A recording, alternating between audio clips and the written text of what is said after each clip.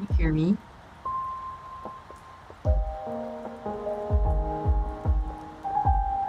Hello?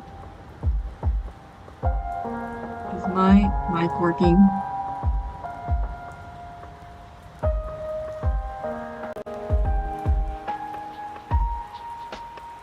Hello? Okay, okay, I can finally hear you. Sorry. Oh, okay. You I can hear think me? the issue is me, I think. Oh, okay.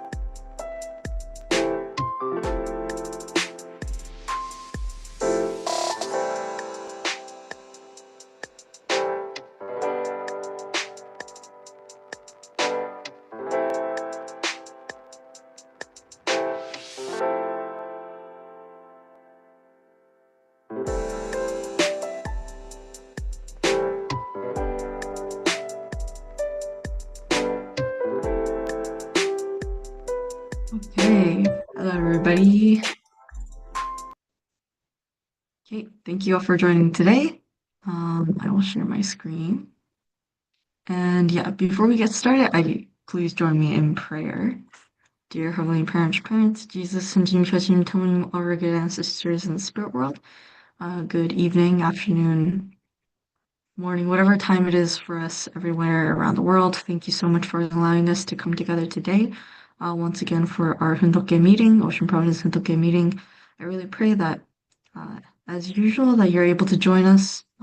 You're able to, yeah, inspire us about Ocean Providence, and about what your will, through whatever we learn today. I really pray that each and every one of us can take something away, that can help push us forward with whatever we're doing with regards to Ocean Providence, and fulfilling your will. I also really pray that, um, each time that we meet, for this Hindoke call, that it's able to somehow be used as a condition for True Mother and her safety and health, and to better the situation that's going on in South Korea and Japan, um, and all over the world. I really pray that, yeah, once again, that you're able to be with us today, and that we can learn a lot. Thank you so much. We love you. I pray this in my name, Chuchong, third generation member of the Blessed Center family attending Holy Mother Han. Amen. Aju. Okay, thank you everybody for joining.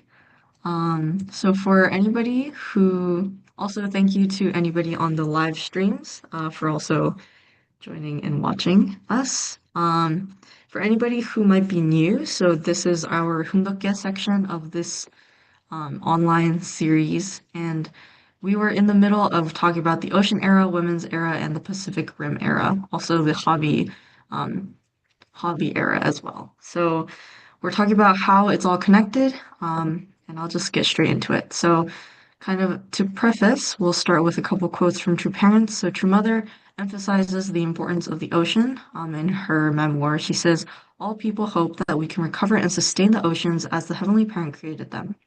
Covering 70% of the Earth, the oceans contain immense resources. Like a hidden treasure, they hold solutions for the dilemmas confronting the human race.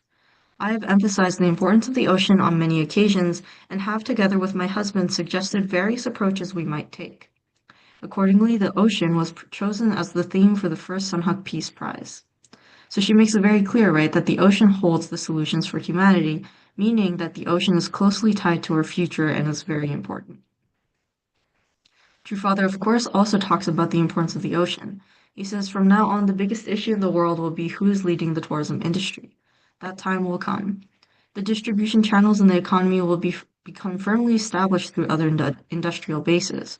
However, the distribution channels of the tourism industry move quickly, circulating all the time. Its potential for expansion is enormous because of its circulation, and there is no place that is excluded. To build that foundation, I am preparing to build condominiums in Swambo and Pugok. Everything is being prepared for the distant future. However, there is no one in this room with such a futuristic way of thinking. If we want to accomplish the plan of Ocean Providence, we have to understand the trends of the times and be able to keep pace with True Parents' thoughts and plans. And therefore, we are talking about the era, right? And some key points from the last few presentations that we've had, right? Ocean Providence's goal is to essentially solve world hunger, which is a key problem necessary to solve in order to actually achieve peace. And Ocean Providence was also to help achieve, unity as well as peace. And the method for this unity would have been to live for the sake of others. And so Ocean Providence is essentially the providence to substantially live for the sake of others and unite the world and establish peace. The last couple sections, we had discussed how the ocean era was inevitable, and that no, that True Parents both saw this, right? And through understanding historical trends, we could basically conclude that the ocean would be key in the future, specifically in the Pacific Rim region. And True Parents had hoped that the leaders of this ocean era, of this Pacific Rim era, would be the members. And so today, and last time we had touched very briefly about the hobby industry, about hobby and how True Father mentioned that many times. And so today, that's what we're going to be talking about. We're going to be talking about the age of the hobby lifestyle and how that relates to this ocean era and Pacific Rim era.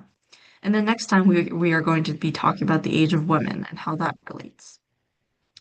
So what is this age of hobby lifestyle, right? One of the important things we have to talk about when we talk about the current era, current age, right, is what is the age of the hobby lifestyle? Because this is something that your father talks about a lot. And he mentions, and I feel like a lot of people kind of don't know why he talked about hobby so much. So what is it, right? Your father often talked about this age of ocean, but at the same time, he talked about the hobby lifestyle. So let's take a look at a couple of his quotes to find out what exactly he meant. Right, one of the things is that he talked about how technology will develop and how we will enter through that the age of leisure and the tourism industry. He says the age of technological industry is an age where people do not work due to automated technology. Such a time will come. Even now it is that way. A machine works once the person pushes a button. There will come a time when only 3 or 4 machines can produce, day and night, all the products in a factory where thousands of people used to work. Then what kind of industries will grow? It would be such things as the entertainment and fashion industries, both of which fall under the broader category of the industry of leisure. And this is something he said in 1989, right? And he kind of basically predicted, the current day and age, right? We see this actual pattern.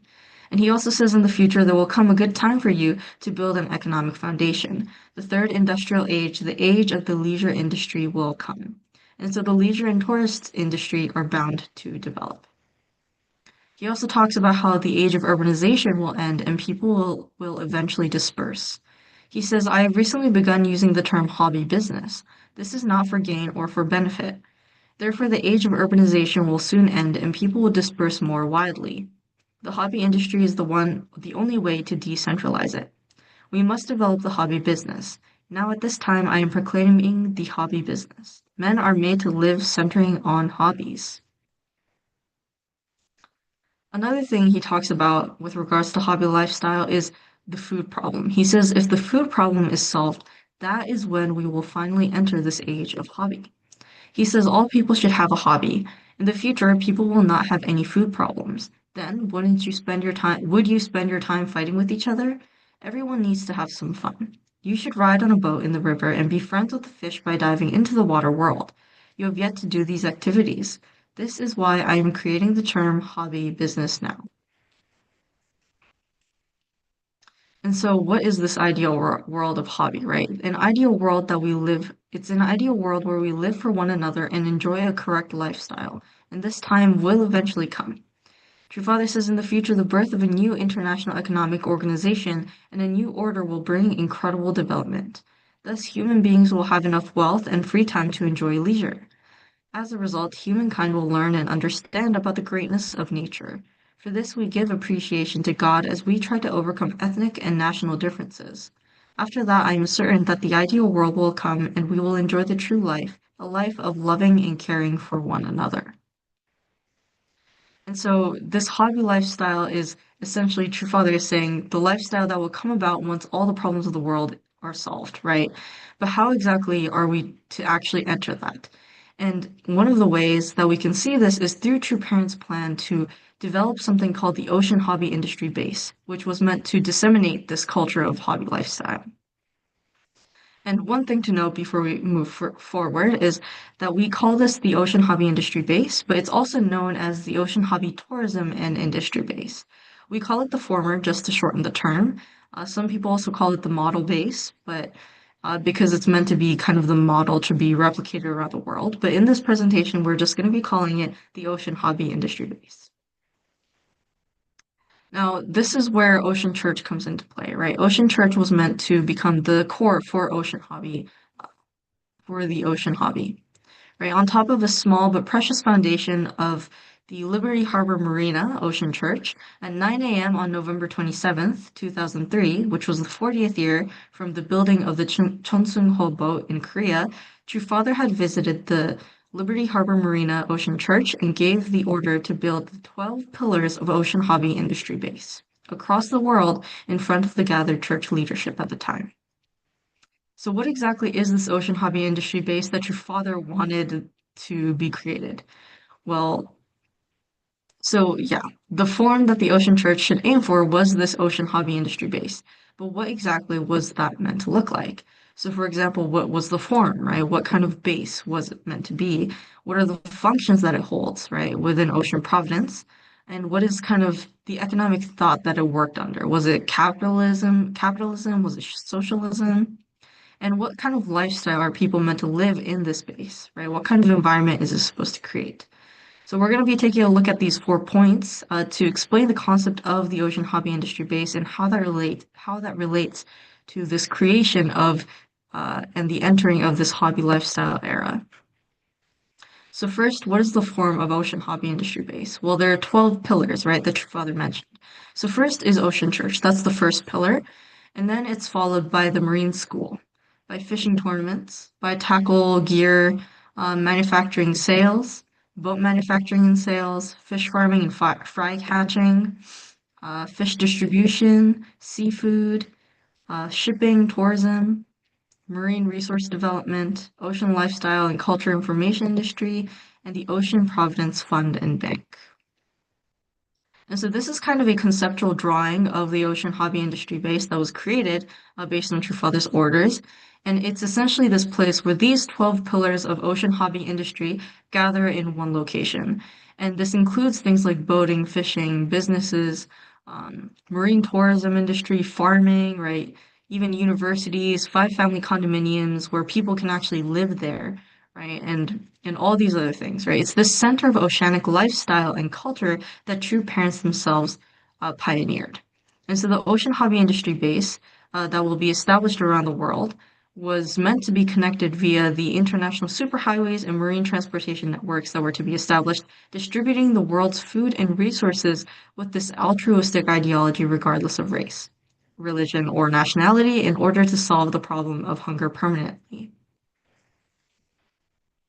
And so, with Ocean Church as the center, the 12 pillars of businesses and activities would develop and become this ocean hobby industry base.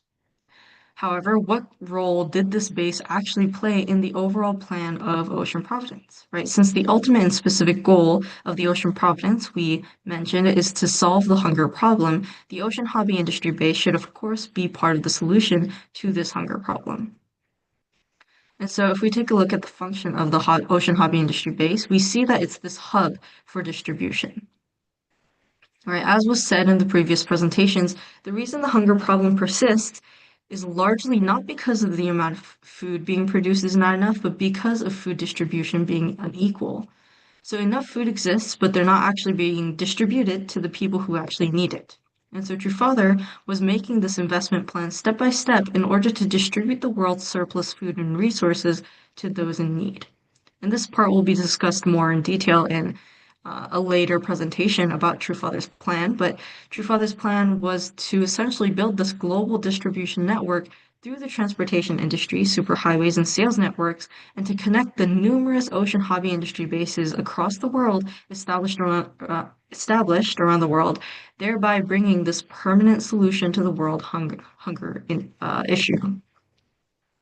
And so the basic idea is basically that the base is positioned in the developed nations to collect the surplus food, and that the bases in the developing nations would distribute these surplus foods to those places. And in other words, ocean hobby industry bases are part of this practical method to truly substantially live for the sake of the world. And this brings us to this idea, right, that giving food is giving love. Right? Your father's autobiography starts with the chapter, and this first chapter is titled "Food is Love." Right? And many people quote it, right? They say, "Food is love, food is love." And your father says, "To me, giving people food is the most precious work." The ocean hobby industry bases were to serve as a place to distribute food across the world, right? Feeding people is this act of love. And so we can say that the ocean hobby industry base is the substantial method in which true parents plan to deliver their love to all humanity. And so the ocean hobby industry base consists of these 12 pillars, right? When expanded globally, each base becomes this hub, right? This societal hub of a global food and resource distribution network. And then it can lead to becoming a persistent solution to the world's hunger problem. However, no matter how wonderful the external system is, the management philosophy itself, right, the core ideology of it has to be the right one, or else it will be abused by selfishness and corruption. So then, to understand how this would work, we have to understand the principles by which this base had to operate. So, what was the ocean hobby industry base's economic system? Well, it is the system that the divine principle identifies as the one that will be in the ideal society, and that is interdependence, mutual prosperity, and universally shared values. The divine principle says the democracies of two types arose with the purpose of dismantling absolute monarchy and transferring sovereignty to the people. Likewise, movements to further the ideals of interdependence, mutual prosperity, and universally shared values arose on God's side, while communism was born on Satan's side in order to demolish economic systems which concentrated a society's wealth in the hands of a privileged few. Each of these movements have sought to establish a system which would distribute wealth more equally among people. The aspirations to socialism on both sides have arisen in their providential striving to realize a society based on a truly democratic economic system. So, as such, the divine principle states that the ultimate and ideal economic system is the system of interdependence, mutual prosperity, and universally shared values, which would distribute equally the world's economy and resources. Now, why is it that the currently existing systems like capitalism, imperialism, and communism do not work, right? Why have they failed? Well, the ideal and a goal of an economic system is to create this economic society with no disparity while maximizing productivity.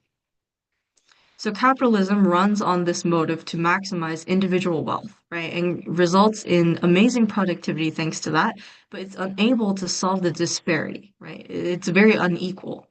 In addition, overproduction accelerates things like environmental destruction that we've seen today. But on the other hand, right, communism criticizes capitalism and sets its goals as economic equalization and to eliminate disparity, that inequality. However, it has failed by depriving people of their freedom and motivation, which fails in productivity. It makes people less productive, um, and less innovative, right? And so we see that they both try to achieve one thing but fail in the other. And so, what true parents are trying to establish is a whole new economic thought that solves the issues of these two thoughts. True Father says Godism is not about living for the sake of oneself. It teaches giving for the sake of others. In short, it is a path whereby one puts others before oneself. The devil's ideology tells you to live for yourself, whereas God's ideology asks you to live for others. That is why the more you give and then give again, the more your positions will pile up in the next world of eternity. In the communist world, the more one gives, the more one loses, and so no one works for others. In God's world, on the other hand, that is not the case, and so everyone works night and day without rest, shedding blood and sweat for the benefit of everyone else. Those who consistently give in the same manner as God are bound to be blessed. And so when we look at communism, right, they pursue equality but not productivity. And capitalism is the opposite issue, right? They are very productive, but they're unable to resolve this inequality due to the selfishness of wanting to make money for oneself. On the other hand, the ideal world, God's ideal economic thought, is of interdependence, mutual prosperity, and universally shared values, have people voluntarily living for the sake of others, interdependence, creating immense productivity and no inequality. And so, how can inequality be resolved? Well, True Father says the issues that remain to be resolved during this century are the cultural gap between the East and the West, and the gap between the haves and have-nots in the North and the South. How can they be resolved? It is through my teaching for living for the sake of others. The philosophy of living for your own sake belongs to the fallen world. The philosophy of living for the sake of others belongs to the heavenly world. Wealthy North America should live for the sake of its younger sibling, Latin America. North America should willingly sell its assets to help its younger sibling prosper. Only after North America helps Latin America to prosper at least as much as it does, if not more, should it invest for its own people. That is how both North America and South America will become places where God's ideal will eternally reside. And so again, moving back to the ocean hobby industry base, right? What is it meant to be? It's meant to be this physical realization, physical manifestation of this economic thought of interdependence, mutual prosperity, and universally shared values. Right? These values, unlike communism, does not force equalization through governing body, but is instead an economic system in which the people willingly want to help those in need that automatically lead to equalization. And so the global function of the ocean hobby industry base is to equally distribute food and resources around the world. In other words, the ocean hobby industry base can be said to be the practical realization of this ideal economic system of interdependence, mutual prosperity, and universally shared values. Then, what kind of lifestyle would the people in this base who establish and operate such an economic system live? Well, the lifestyle of an ocean hobby industry base of that ideal economic system is the hobby lifestyle, right? Within the economic system of the interdependence, mutual prosperity, and universally shared values, its members live a hobby lifestyle where they are that is centered around living for the sake of others. Through this, productivity inherent in human beings can be brought about, right? Because in a hobby lifestyle, people live for the sake of others with joy and maximize productivity, right? Even when it's hard, they do things because they love it, because they want to do it. And so that maximizes productivity. And so hobby lifestyle is the path to God's world. It's the path to the ideal era, right? True Father says a life of leisure, right? This is the kind of life that God likes. Your hobbies are connected to the creation. So many different hobbies are waiting for me. I never get exhausted. By enjoying one hobby after another, I automatically come closer to God's world. This is the best life that men can hope for. So a hobby lifestyle is one that maximizes productivity without getting tired, as one carries out productive activities with joy. This is how the system of interdependence, mutual prosperity, and universally shared values can surpass the productivity of the capitalist system.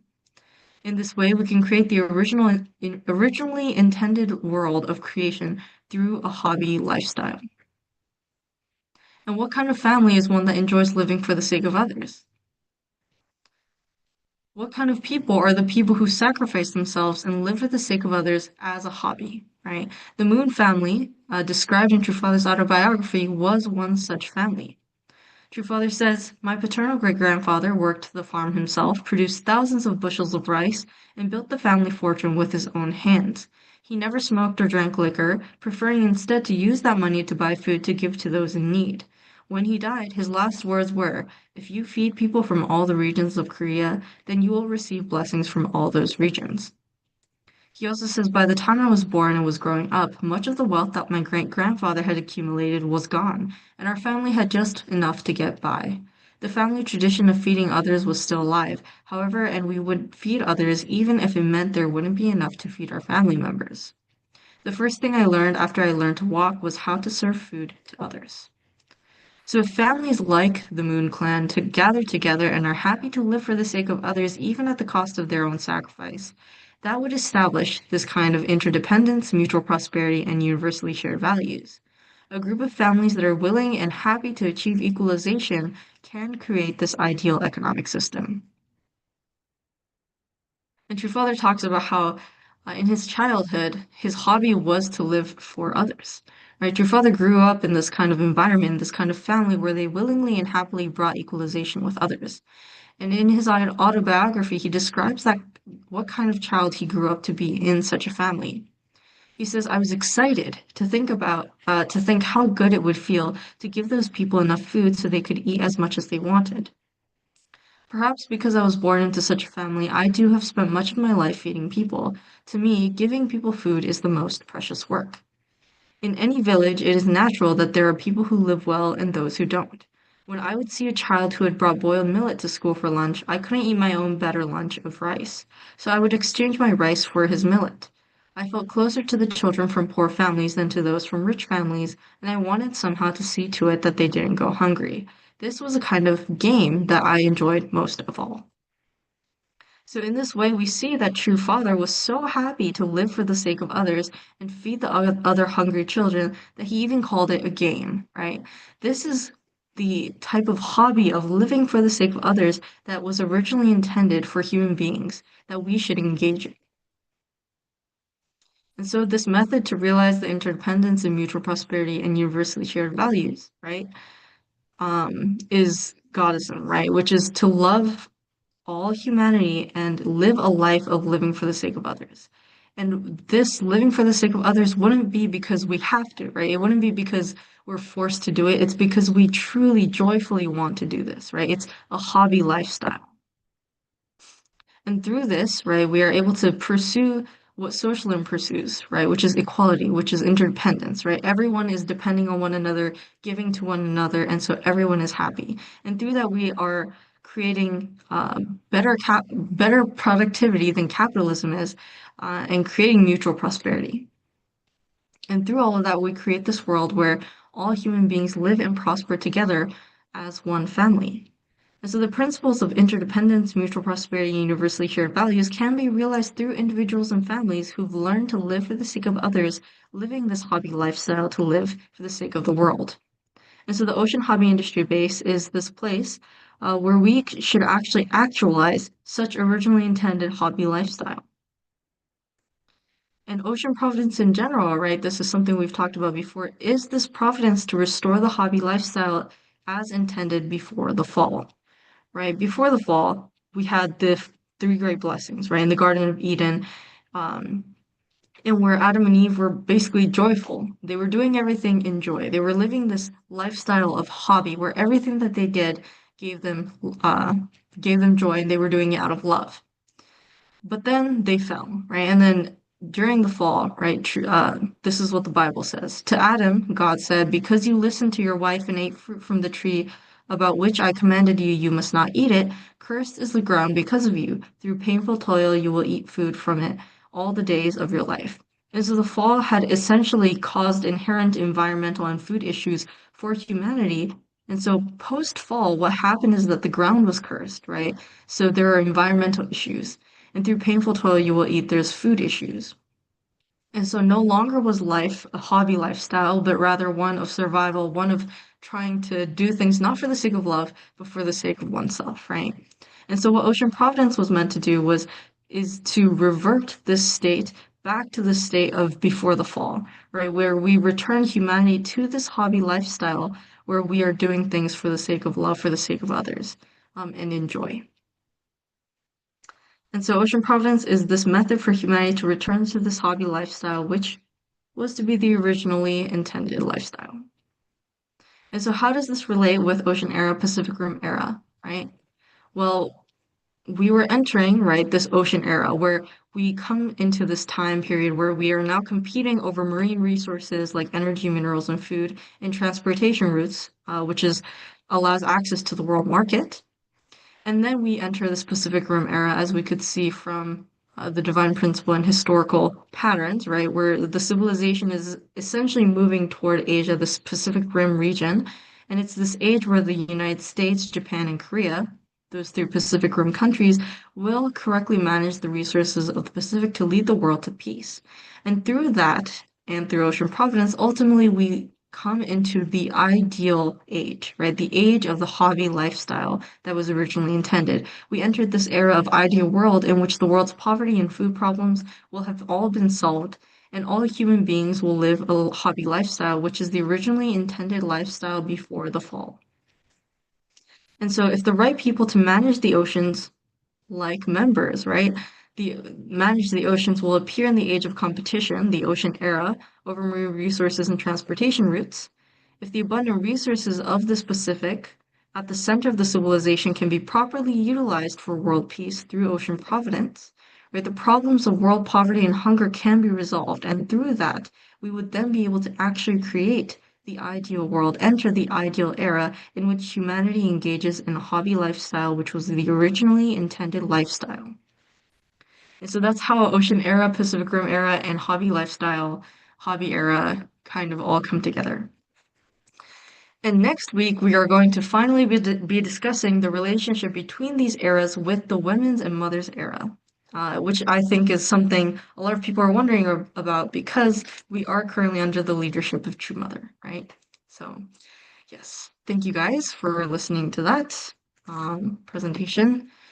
All right, now we are going to go into our discussion. So we will take the next 5 minutes to reflect on what we heard and saw, and we can come back and discuss. So, Oma, maybe if you can put some music on, that would be nice. Thank you.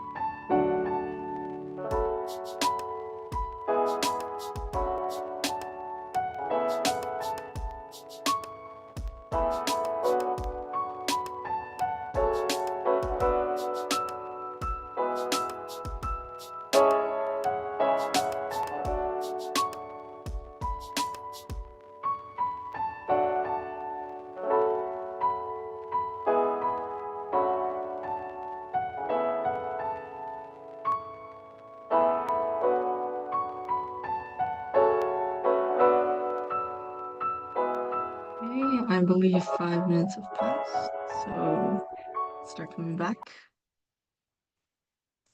Okay, for anybody who's on the live streams, if you have any comments, questions, you can put them into the live stream chat and we can, yeah, take a look at that. But yeah, for everybody here on Zoom, yeah, as usual, if anybody has any inspirations, thoughts, yeah, Captain Yes, I Manny. like to start. Uh, First of all, two things actually very striking. One is that statement, like if the hunger problem is solved, the hobby lifestyle can emerge. That sounds like a simple sentence, but it's so profound and it's actually true, If those kind of things are taken care of course, people need other things too, maybe like housing or maybe like a way of kind of, that you can finance your life and stuff. But basically, if there's really, if people don't have to be hungry, then you can expand, so what we're going to do next, so definitely that is definitely like the springboard, for the hobby world to emerge. So that really was striking. Now the second point is a little bit the diagram you put out there, where it's a comparison between the communism and the Western society and stuff. And in the first diagram with those two areas, it says about under the Western world, what it says like something with environmental exploitation or pollution or something. Yeah, I want to state that's the way I see it. Okay, I think the Western world, most countries, not all of them, but nowadays I think extremely concerned about the air quality, water quality. In America, there's all kind of levels of where they're checking, the quality of the water, what's in the ground, testing water, those water uh, where they're kind of recycling the water or making the fresh water. There's ongoing checks going on. What is in the water? Is it fair? Is it okay? Or how they're treating plants? They're treating water, for instance, maybe a little bit chlorine or also adding in there, so basically like no bacteria, safe to drink, that kind of stuff. Now, in a communist country, I think I never heard anything that, especially China or some of these communist countries, are they concerned about any environment. They're making all these pledges. Oh yeah, by 2030 we'll be like compliant with all this kind of stuff. But the reality from testimonies or from reports, what's happening on the ground is they don't bother anything. They're just really like they're just exploiting anything. I mean, I want to pick on specific countries, but the Western world also has its problems. But some countries, they're basically just sending the boats into the world and just trying to scoop up fish wherever they can find them. There is no like conservation efforts, in some areas. And especially longlining, we have the 200-mile zone in America, the economic zone they're calling it. This is like the fishing rights. So we got a regulation, but we know from talking to other longline boats who sometimes fish outside the 200 miles, when some of those trawlers from foreign countries, they say, what is in the boat, whatever they catch, what's in the boat, that's in the boat, that will be processed and there's, we sometimes, oh, the swordfish like this, or this kind of like this size, and so we keep throwing stuff over the side, kind of trying to go by regulation. But there were some reports of people saying, but some of those offshore boats outside the 200 miles catch, what's in the boat, that's in the boat, and it's processed, small, big, doesn't matter. So that definitely takes an international effort. Regarding that environmental thing, that brought like a memory.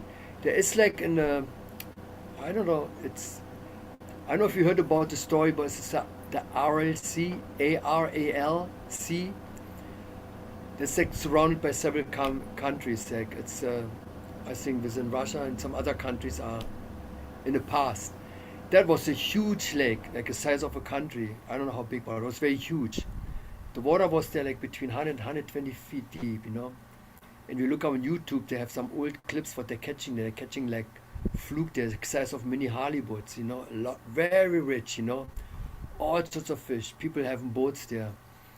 Now you go today in that area where the lake is, you see it looks like a desert, and there you see ships sitting there. You see how they got there.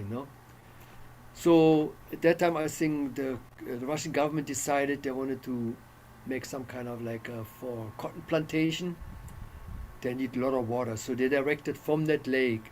They're making channels, that the water goes to where the cotton plantation is. And those channels were basically just they were just put in and they leaked and everything. But anyway, over the years, that lake just became lower. So and most of the section of that lake was eventually all wiped out. Now there's efforts to kind of to restore it, but it's an immense process. But that was considered one of the world's biggest man-made. I don't call it natural environmental disaster. Had a different phrase to it. But basically that destroyed that. That affected basically livelihood and the whole area got so. It's that's a really if you look at the story, it's very sad. There was no consideration for any of the consequences what they were doing there. They just they were just at the mind like make big cotton production, make profit, huge amounts, and that water was just simply diverted from which for thousands of years right into this lake, and then there were a lot of fish species out there. They're not. They had some of the unique species in that very, like it was that huge, deep over 100 feet. So it's kind of like. So I think communist countries at that time, this environment, it's like I would say like this, yeah. It appears to me like they're more like less concerned than what a lot of nations do those days. So this was kind of the point. I want to point that one out. Yeah, those two Thank you, points that kind Captain. of striking. Of course, if it's a mutually shared values, that is a beautiful phrase. It comes up many times. It sounds almost like a slogan, but it's exactly what it is. If people have like a unified understanding, how to live like lives, with respect to one another, and also with that attitude of really like helping whenever they can. Then when that kind of word emerges, it's yeah, that concept of war. It doesn't. That wouldn't exist in that kind of environment. That doesn't exist. Yeah, this today. That's kind of like those are the points that kind of like came up when you were giving the report there. That's nice. Thank you. Thank you, Captain Manny. Mm. Yeah, I definitely see how like especially today, I think the environmental awareness in the Western world is definitely very high, especially compared to back then, for sure. Yeah. But yeah, I think what the presentation was pointing out is like the reason why environmental exploitation happened to begin with is because of the capitalistic idea of wanting money and creating profit for the individual. So it made people less worried about the environment at the time. And so that created environmental problems. But yeah, I think today people are moving more toward kind of a newer ideology for sure. Mm. Thank you. Anybody have anything they want to add?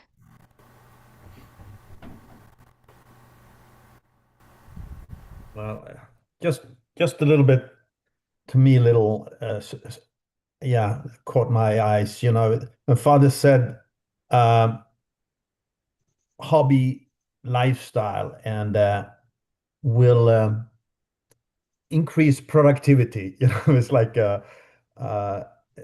usually we have this idea of productivity, produce, manufacture, or that style of. But uh, if you can envision some kind of hobby style, sounds very intriguing, and but at the same time the society will be very productive, so to speak, and there will be no, the energy level will be continuously going, so but the way you put it, or the way it was, it never struck me, it's like living a hobby lifestyle and then the same time put it together with productivity. It's pretty striking itself. and yeah, and just bring uh, that notion of like the hobby lifestyle. It's like simply living for the sake of others. It's like in one way, which is a great forum itself. Yeah.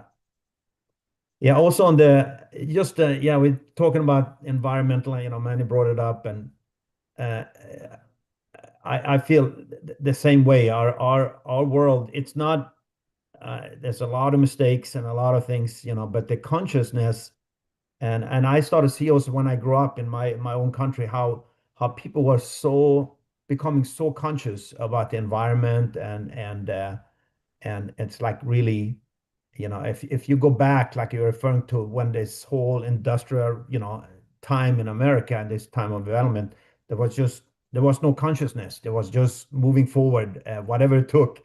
If but I think today it's been, it's not perfect, of course, but it's in really going in, right direction. And just one little thing, we're staying around Hackensack. It used to, Hackensack River, because of the industry and everything there at the time, it was one of the most polluted water you could find, actually, and but we can see it, in even Hudson River. It's getting better, it's like really, it's improving, so, and it's not just uh government ordained or kind of, initiative and things. They just people's consciousness, and even if you're running a business, it's bad economic, it's actually really bad economic fortune to just use the environment, so to speak. It just so, and it's a positive thing, anyway, just the thing of, hobby lifestyle, that machine is doing everything and people get, it's like have a lot of time to travel and whatever, and still have a productive society. It's kind of interesting, kind of. Anyway, I thought I should mention this. Thank you, All Captain right. Benny. Yeah, I think that's a great point. How like productivity seems very like industrial as a term, but then yeah, True Father pairing it with like hobby is really it's really interesting, but also like yeah, I think it makes sense. I feel like when you do something out of like for me, I really like drawing as a hobby. It's like when I'm drawing because I really like doing it, I'm very productive in drawing, So it does really increase productivity when you're doing something you love. So, yeah. Reverend Cosmos, did you want to mention something since you unmuted? Yeah, um, I will let me greet you first. Happy Sunday, and I thank you all for attending the session and especially the presentation. Yeah, before I go on, I spent a lot of the day watching the first Rally of Hope, and I listened to six prominent speakers, and there were so many complaints. They were warning the world, talking about the difficulties the world is going through in relation to how the world is striving to attain peace.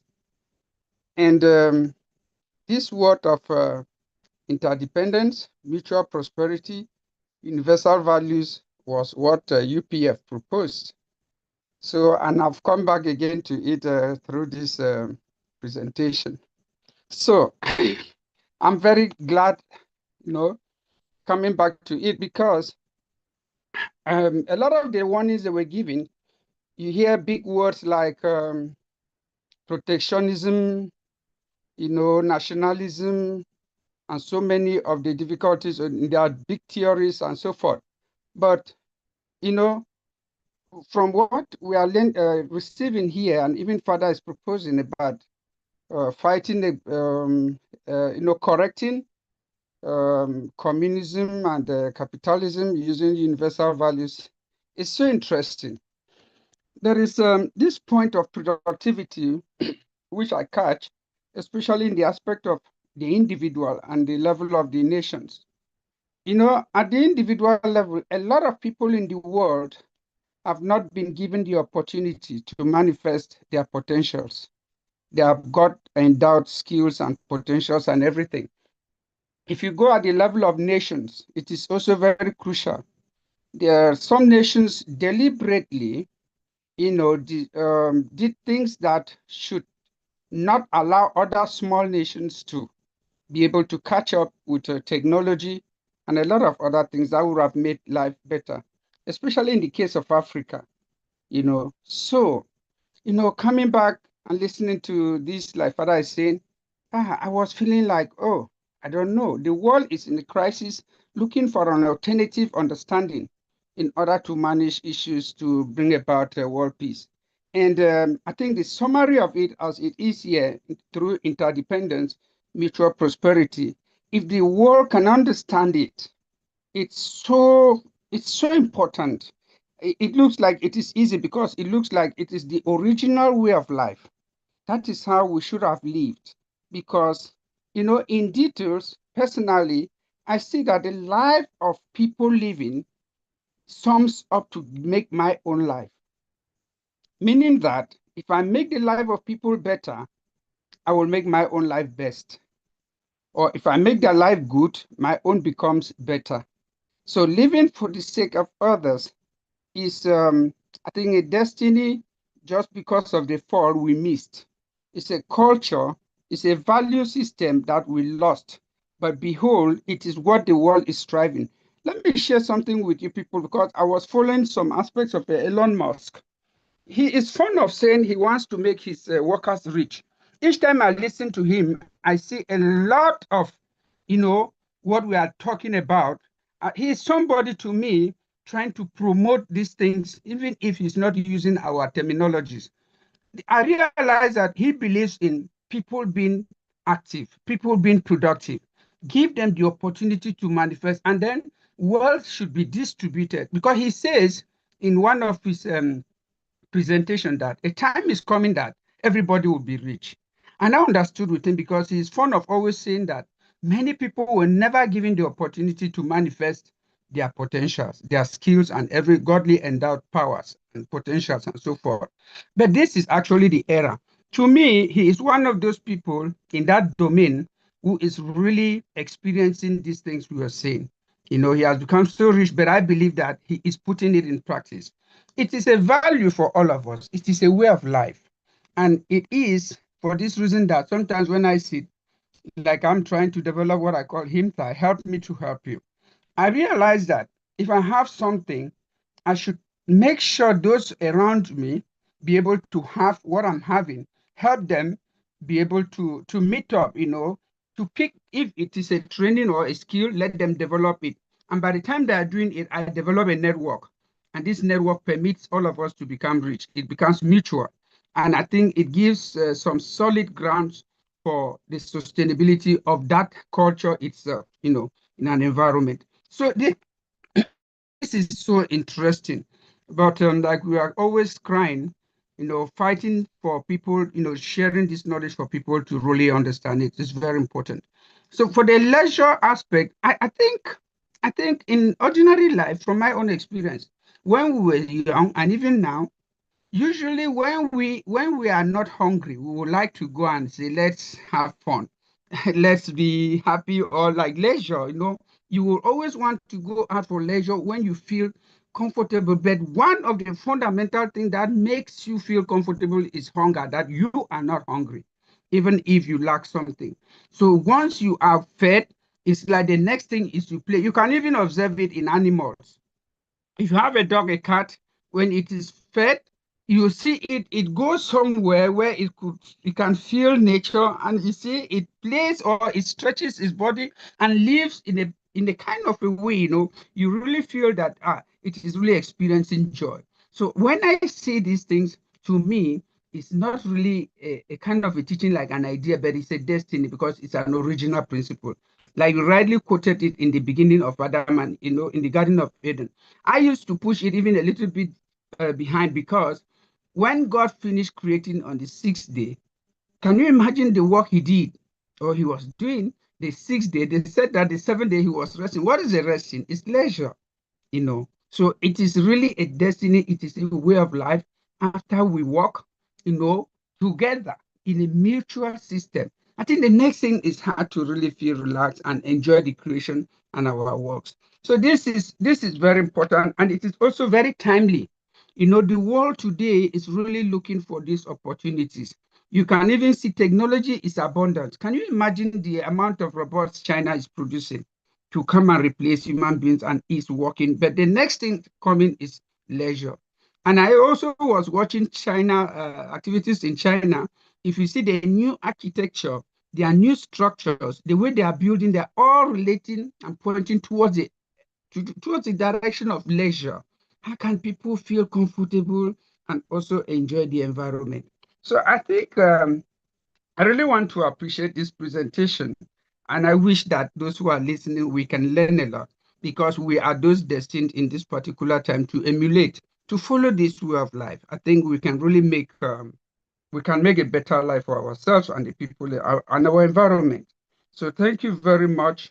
I'm very grateful. I keep on gathering these presentations for further reading and sharing with others. Thank you very much. Thank you, Reverend Cosmos. Yeah. What you said actually reminded me something. I reminded me of something I heard today at a church service, just a random Christian church service, but they were talking about like the brain chemistry of a human and how the brain works the best on joy. Like that's like the natural state that it's supposed to be in instead of like stress or like worry about like life and getting food and shelter and stuff. So yeah, I think you're definitely right about how like it's destiny, right? It's destined that we do enter this hobby lifestyle and live that kind of life. Yeah. But yeah, thank you, Reverend Cosmos. I also hope that people listen to this and can learn. It's very interesting stuff. Okay, it is 4 I no, that's my time, but it is 9.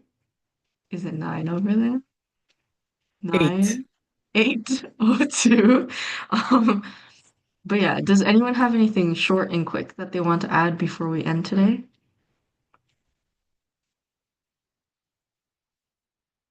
If not, does anyone want to end us off in prayer?